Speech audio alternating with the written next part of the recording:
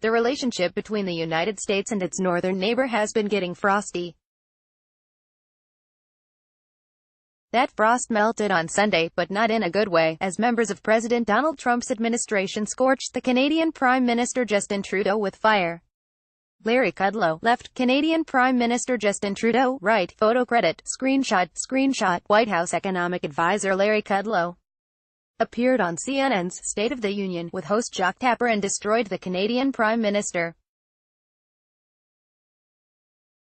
He really kind of stabbed us in the back. He really, actually, you know, he did a great disservice to the whole G7. He betrayed, he said. He went rogue. You just don't behave that way. Essentially double-crossing, he said. He added that President Trump is not gonna let a Canadian Prime Minister push him around. He is not going to permit any show of weakness on a trip to negotiate with North Korea. Prime Minister Trudeau can't put President Trump in a position of being weak going into the North Korean talks. He can't do that.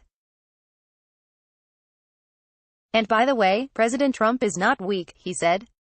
Kim must not see American weakness.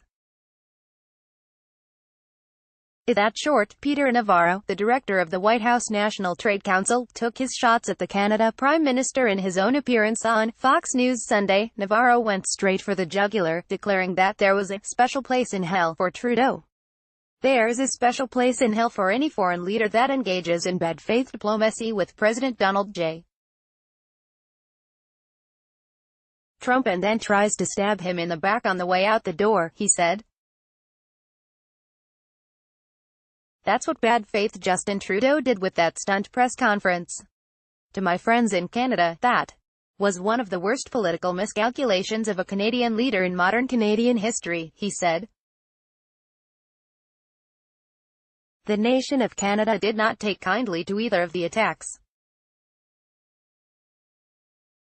In terms of the approach that governments choose to take, Canada does not believe that ad hominem attacks are a particularly appropriate or useful way to conduct our relations with other countries. Foreign Affairs Minister Chrystia Freeland said in a statement to CTV News. The government of Canada is absolutely committed to standing strong to defending our workers and our industry, and our retaliatory tariffs will come into effect, perfectly reciprocal, perfectly measured, a dollar-for-dollar response on July 1st, which is Canada Day, perhaps not inappropriately, he said. The controversy started after President Trump left the G7 summit in order to go to Singapore to prepare for one of the most important summits in world history when he meets with Kim Jong-un. Prime Minister Trudeau was careful to wait until after President Trump had left before he made his speech. Canadians stood shoulder to shoulder with American soldiers in far-off lands in conflicts from the First World War onward, Trudeau said. It's kind of insulting. The president will continue to say what he says.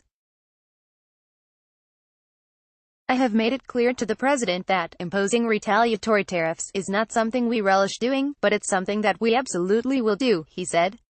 His words were not received with enthusiasm by President Trump, who responded on Twitter as he was aboard Air Force One. Based on Justin's false statements at his news conference, and the fact that Canada is charging massive tariffs to our U.S.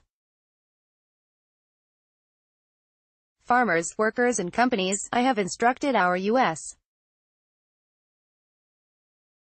reps not to endorse the communiqué as we look at tariffs on automobiles flooding the U.S. market, he said on Twitter. Based on Justin's false statements at his news conference, and the fact that Canada is charging massive tariffs to our U.S. farmers, workers and companies, I have instructed our U.S. reps not to endorse the communiqué as we look at tariffs on automobiles flooding the U.S. market. Donald J. Trump, at Real Donald Trump, June 9, 2018, p.m. Justin Trudeau of Canada acted so meek and mild during our G7 meetings only to give a news conference after I left saying that U.S. tariffs were kind of insulting, and he will not be pushed around. Very dishonest. Our tariffs are in response to his of 270% on dairy, the president wrote.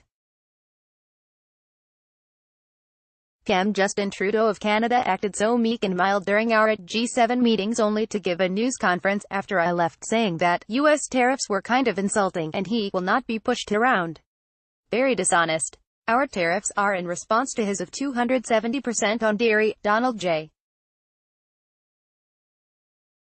Trump, at Real Donald Trump, June 9, 2018. Canada is an important partner of the United States, and it would be nice if the two sides can come to a common agreement. But if Trudeau thinks that he is going to continue to take advantage of America while President Trump is in office, he should think again. Facebook has greatly reduced the distribution of our stories in our readers' news feeds and is instead promoting mainstream media sources. When you share on social media, however, you greatly help distribute our content. Please take a moment and consider sharing this article with your friends and family. Thank you.